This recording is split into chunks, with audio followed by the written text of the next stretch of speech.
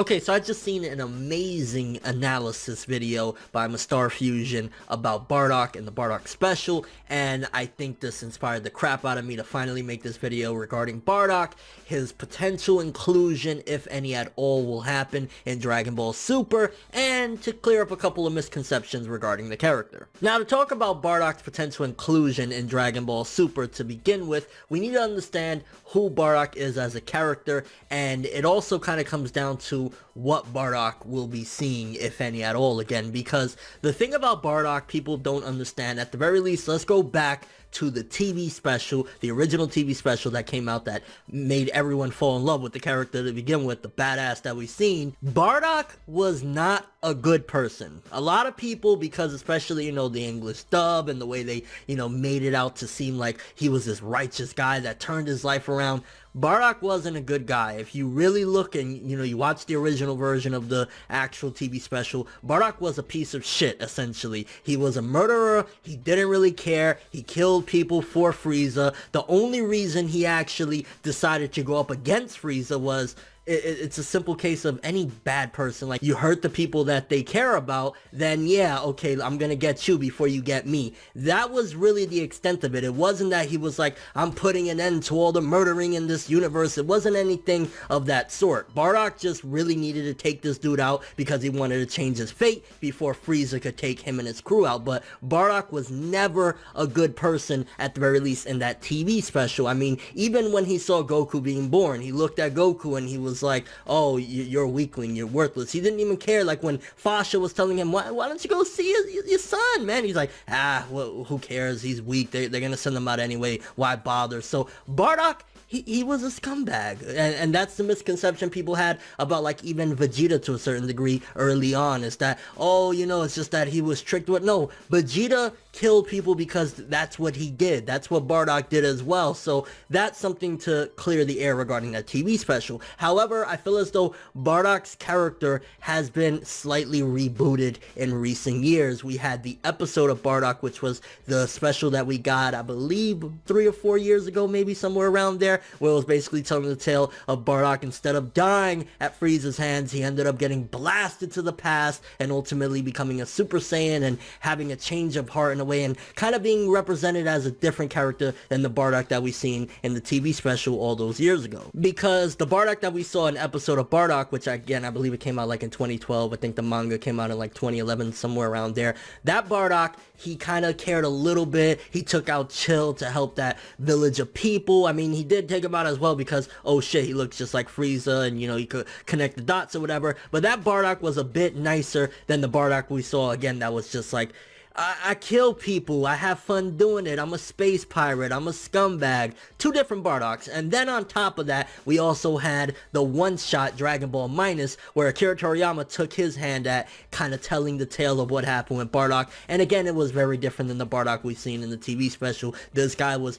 pretty decent, like him and his wife Gine and shit like that, as they watched Goku go off. It almost contradicts entirely the Bardock special of how things went. I mean, ultimately we always know that Frieza destroyed, Planet Vegeta, and that's how everything went down, but it's just a matter of Bardock's character, what gets misconstrued in time. If you're looking at the Bardock from the TV specials from all those years ago, yeah, not a good person. If you're looking at an episode of Bardock, or you're looking at even the dub of that old TV special, then yeah, it represented him in a different way, and likewise with Dragon Ball Minus. And the reason why I'm giving all this backstory, of course, first of all, to clear the, I guess, misconception that a lot of people have regarding his character, at the very least, because a lot of people's knowledge of Bardock mainly comes from that early TV special from like 20 years ago, whatever. But also is, if Bardock was to show up, hypothetically speaking, in Dragon Ball Super, it's kind of questioning what type of Bardock we're gonna get. Are we gonna get the cold, stone cold piece of shit that we got back in the day? Would it be the one that came in episode of Bardock that he was a Super Saiyan? Are they gonna represent him as the legendary Super Saiyan from myth, and that's who he ultimately is now in the canon? Because it's kind of hard to say what they would do with Bardock's character, because it seems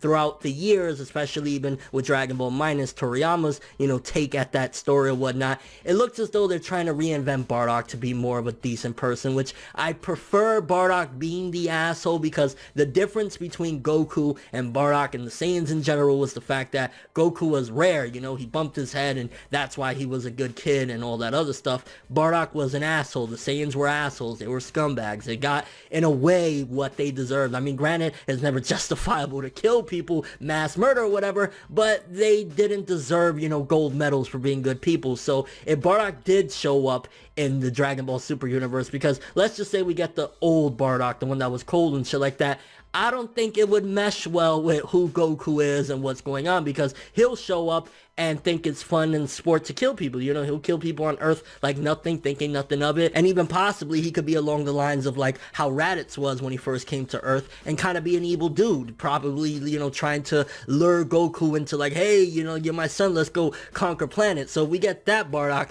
it'll be just conflict. If we get the Bardock from, you know, the legendary Super Saiyan thing that we had in episode of Bardock, or the decent one that was in Dragon Ball Minus, then it could be a whole different story. And then of course there's the Bardock from the games, you know, Dragon Ball Online and all that stuff, where he has the mask. I think Timebreaker Bardock, that's a whole different case as well, which I personally don't really know too much other than, you know, playing Xenoverse and shit like that. I'm not sure of the mythology in Dragon Ball Online itself, but I'm assuming if they did do the Super version, they would have to make way, because, you know, Bardock is a big seller. He's one of the most popular characters. That's why they constantly use him in the video games, similar to Broly. He's a very big player. So if they brought Bardock into the story, I'm imagining it would have to be in some sort of conflict. So which Bardock again would you use for that? You would obviously want to use the older one, but it seems like canonically they're more so leaning towards, you know, him in the franchise as a whole being the righteous, you know, turnaround guy. Which, how would you work that in? I guess they could go the route of using the whole time breaker situation, but